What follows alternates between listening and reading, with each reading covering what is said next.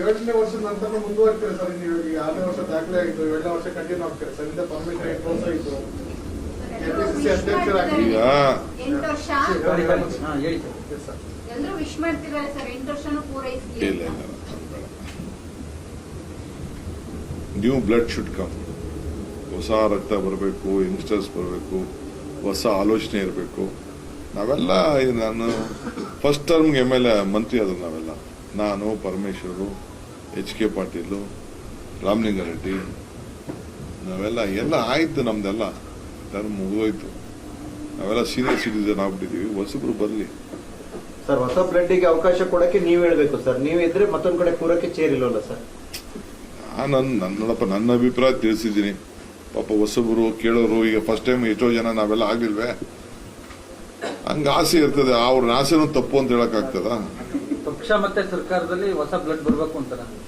ಪಕ್ಷ ಮತ್ತೆ ಸರ್ಕಾರ ಎರಡರಲ್ಲೂ ಖಂಡಿತ.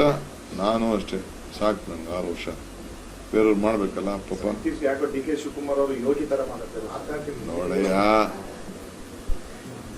ನಾನು ಸ್ಟ್ರೀಟ್ ಫೈಟರ್. ನಾನು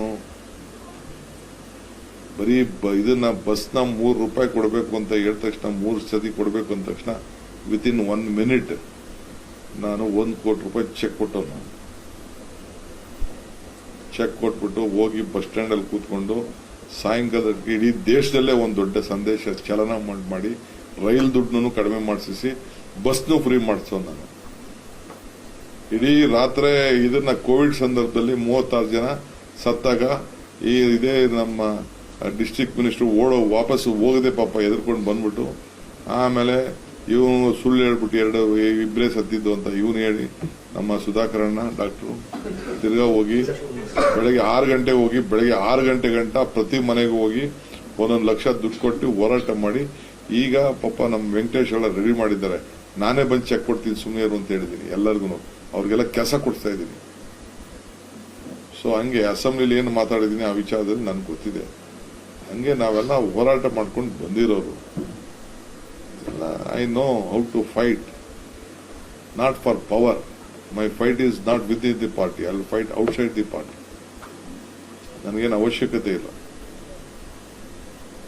ಯಾರು ನಾನು ಸುಮ್ಮನೆ ಇದ್ಬಿಟ್ಟಿದ್ದೀನಿ ಅಂತ ತಿಳ್ಕೊಂಡಿದ್ರೆ ಅದು ಅವ್ರಿಗೆ ಬಿಟ್ಟಿದ್ದು.